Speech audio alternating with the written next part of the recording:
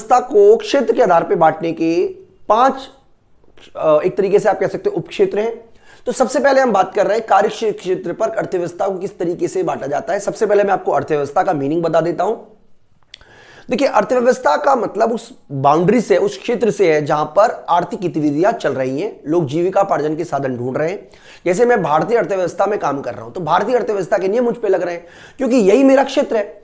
इसका मतलब सिंपल ये हुआ कि अर्थव्यवस्था उसका तात्पर्य उस क्षेत्र से है जहां पे आर्थिक गतिविधियों को संपन्न किया जाता है, यानी कि वो क्षेत्र जिस पर आर्थिक गतिविधियां संपन्न की जाती है, जिस पर एक जैसे नियम लागू होते हैं, उसको बोलते हैं अर्थव्यवस्था।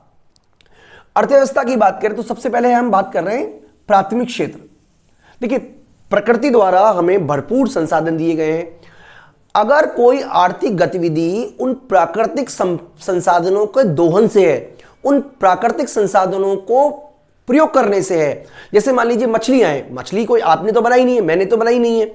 अगर कोई मछली का पालन कर रहा है, मछली को उस मतलब समुद्र में से या नदी में से मछली निकाल रहा है, तो वो प्राथमिक क्षेत्र में आएगा। अब मान लीजिए किसानी है, हालांकि ऐसा नहीं कह सकते कि आप किसानी की खेती नहीं करता, लेकिन वो प्रकृति के द्वारा दिया गया है। अगर मान लीजिए कोई लकड़ी काटने का काम कर रहा है तो लकड़ी तो प्रकृति के द्वारा दी गई है, यानी कि प्राकृतिक संसाधनों के दोहन से संबंधित क्रियाएं जो हैं, प्राकृतिक संसाधनों, प्राकृतिक जो संसाधन है उनके दोहन से संबंधित क्रियाएं जो होती हैं, अगर वो एक्टिविटी जो है वो प्राथमिक क्षेत्र में ही आती हैं।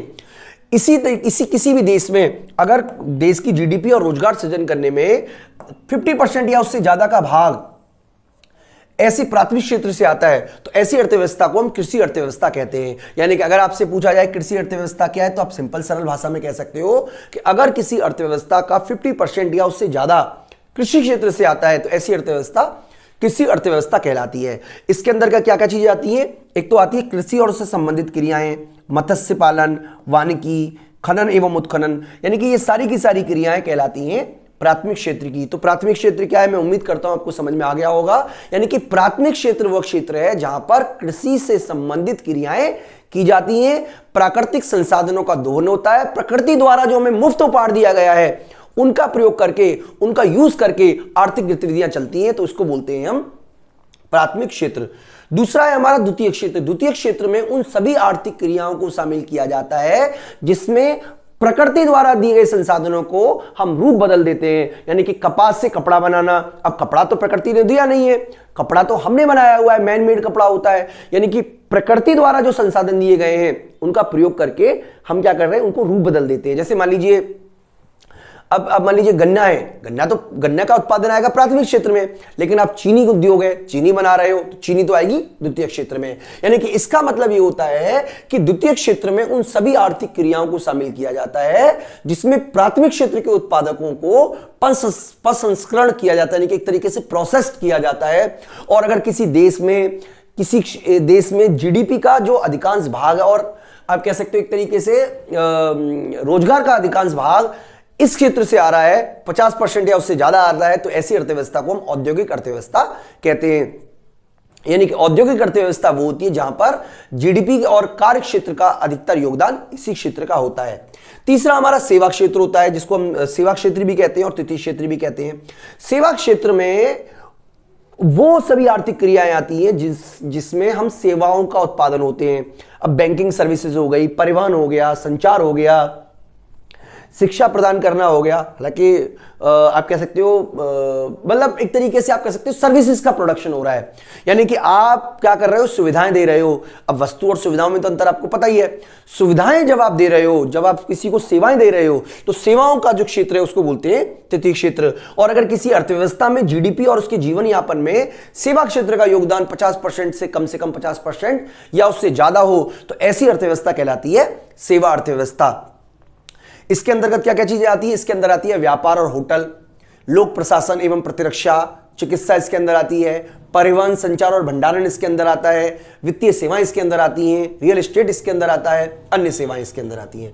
तो इसके अलावा हमने आपको द्वितीय क्षेत्र का नहीं बताया था, मैं आपको वो भी बता देता हूं। इसके अंदर क्या आता है द्वितीय क्षेत्र में? इसके अंदर आता है विनिर्माण और निर्माण। विनिर्माण मतलब कंस्ट्रक्शन, निर्माण मतलब किसी वस्तु और सेवा का उत्पादन, गैस, जल और विद्युत आपूर्ति, ये आती है द्वितीय क्षेत्र में। और तृतीय क्षेत्र में क्या क्या आती है, एक बार मैं आपको रिपीट कर देता हूं, व्यापार, होटल और रेस्टोरेंट, लोक प्रशासन और प्रतिरक्षा, चिकित्सा, परिवहन, संचार और भंडारण, वित्तीय सेवाएं, बैंकिंग सेवाएं, इसके अलावा बीमा, रियल एस्टेट और अन्य सेवाएं, ये सारी की सारी आती ट्रेजरी सेक्टर में। अब बच्चों आमतौर पर आप यही पढ़ते आए हो कि 3 ही सेक्टर होते हैं, लेकिन भारत के आर्थिक सर्वेक्षण में 5 क्षेत्रों का जिक्र किया गया है कई बार। तो पांचवा चौथा क्षेत्र जो है वो किससे जुड़ा हुआ है, अगर कोई व्यक्ति शिक्षा के क्षेत्र से जुड़ा हुआ है, पीएचडी हायर एजुकेशन से है, एक तरीके से रिसर्च करने का काम कर रहा है, खोज से जुड़ी हुई काम कर रहा है, अनुसंधान कर रहा है, ऐसे लोगों को हम चतुर्थ क्षेत्र में रखते हैं। बहुत ही कम लोग होते हैं ये, इससे संबंधित क्रियाएं, बेसिकली विशेषज्ञ ज्ञान होता है इनके पास में, तकनीकी कौशल का उससे प्रयोग होता है, प्रबंधकीय कौशल होता है। इस तरीके से ये वो टॉप लोग हैं जो एक तरीके से न्यू इनोवेशन करते हैं, रिसर्च करते हैं, इनोवेशन करते हैं, जो चीज पहले से नहीं है वो नई बनाते हैं। आप सॉफ्टवेयर डेवलपर इसके अंदर आ जाएगा, ऐप डेवलपर इसके अंदर आ जाएगा, इसके अंतर्गत जो सांख्यिकी विद हैं वो इसके अंदर आ जाएंगे, इसके अंदर शोधकर्ता आ जाएंगे। तो ये सारे के सारे लोग एक तरीके से चतुर्थ श्रेणी में आते हैं बच्चों। इसके अलावा दोस्तों इसके अलावा पंचम श्रेणी भी है। पंचम क्षेत्र में वो लोग आते हैं जो गवर्नमेंट में या निजी क्षेत्रों में टॉप मैनेजमेंट में होते हैं। ये वो ब्यूरोक्रेट्स होते हैं, ये वो सीईओ होते हैं जो पूरी की पूरी कंपनी को निर्णय लेते हैं। टॉप मैनेजमेंट जो होता है, मान लीजिए ये इंडिया के कुछ टॉप सीईओ हैं, आप देख सकते हो। तो ये सारे के सारे लोग जिनकी सैलरी करोड़ों रुपए में, और सैलरी से ज्यादा इनके पास उस कंपनी के शेयर्स हैं जो कि उनको और बहुत बड़ा अमीर बनाते हैं। तो ये सारे के सारे लोग जो हैं, जो बड़े बड़े सरकारी अधिकारी हैं, उच्च प्रबंधक हैं, वैज्ञानिक हैं, बड़े बड़े, ये एक तरीके से आप इनको टॉप मैनेजमेंट में आ गए, इनको बोलते हैं पंचम क्षेत्र। तो ये सारे के सारे पंचम क्षेत्र में आते हैं। तो इस तरीके से हमने समझा कि इकोनॉमी के 5 क्षेत्र हैं, और मैं उम्मीद करता हूं कि आपको कंसेप्ट समझ में आया होगा।